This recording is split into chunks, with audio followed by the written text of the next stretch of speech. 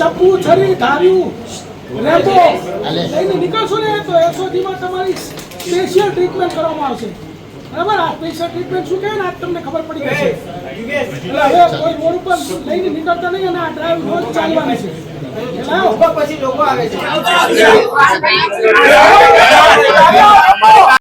સુરતની એસઓજીની અસામાજિક તત્વો સામે મોટી કાર્યવાહી। એસઓજી પોલીસ દ્વારા ખાસ કોમ્બિંગ હાથ ધરાયું। ગુનાહિત ઇતિહાસ ધરાવતા શહેરમાંથી 72 આરોપીઓની કરાઈ ધરપકડ।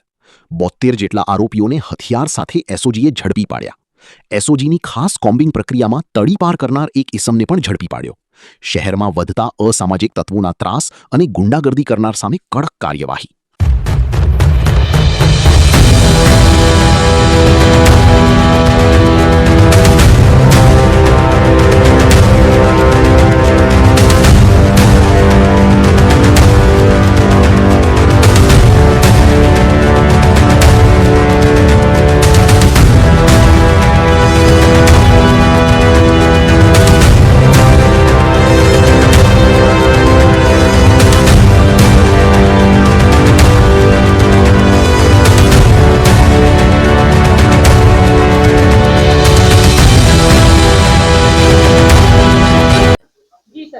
એસઓજીએ ઓપરેશન રેમ્બો હાથ ધર્યું એના અંતર્ગત સમગ્ર શહેરના અલગ અલગ જે અમારા ડિવિઝન છે એની અંદર એક ડ્રાઈવ આપવામાં આવી હતી। એ ડ્રાઈવ દરમિયાનમાં જેટલા પણ તડીપાર થયેલા છે તે ઇસમો ગુજસીટોક અગાઉ થઈને છૂટેલા છે તે તથા મારામારીના ગુનાવાળા અને ગંભીર ગુનાવાળા જે આરોપીઓ છે એને ચેક કર્યા અને અમુકને કોમ્બિંગ દરમિયાનમાં રોડ પર પણ મળી આવી। એવી રીતે ટોટલ 72 જે છે આરોપીઓ પકડી પાડ્યા છે હથિયારો સાથે અને 72 હથિયારો પણ પકડ્યા છે। આ દરમિયાનમાં એક આસિફ તલવાર કરીને તડીપાર ભંગ નો કેસ પણ કરવામાં આવ્યો છે। જે તડીપાર થયેલો હોવા છતાં શહેરમાં હાજર હતો એનું નામ છે આસિફ તલવાર, જે ગુજસીટોક અને ડબલ મર્ડરનો આરોપી છે તે પણ પકડાયો છે।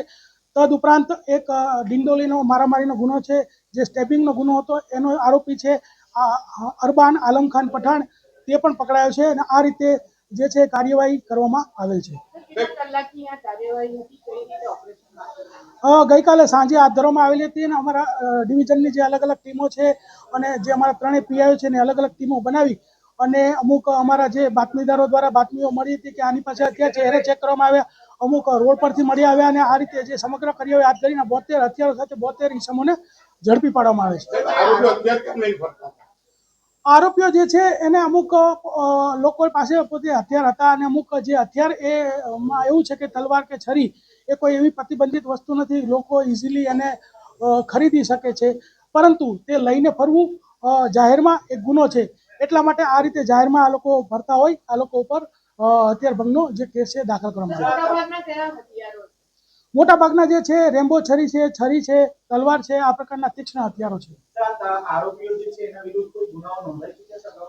અત્યારે સુધીમાં જે અમે આ કાર્યવાહી પૂર્ણ કર્યા બાદ બે જણના ગુનાહિત ઇતિહાસ ધ્યાનમાં આવે છે। તમામના અમે તપાસ કરી રહ્યા છીએ અને આ લોકોની સ્પેશિયલ જે સર્વિસ છે એસઓજીમાં કરવામાં આવશે।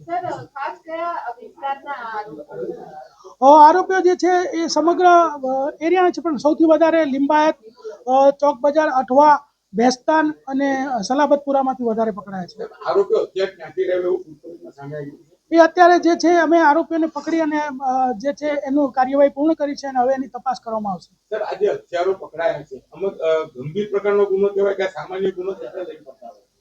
હથિયારો પકડાય છે એ ગુનો તો છે જ અને ગુનો જે છે એ હંમેશા ગુનો જ રહે છે, પરંતુ આ જ્યારે હથિયારોનો કોઈ ઉપયોગ બીજી રીતે કોઈ મારામારીમાં કે મર્ડરમાં કે એ રીતે થવાની શક્યતાઓ રહેલી છે ને એટલે જ આ કાર્યવાહી ચાલુ કરવામાં આવી છે અને આ કાર્યવાહી સતત ચાલુમાં રહે છે।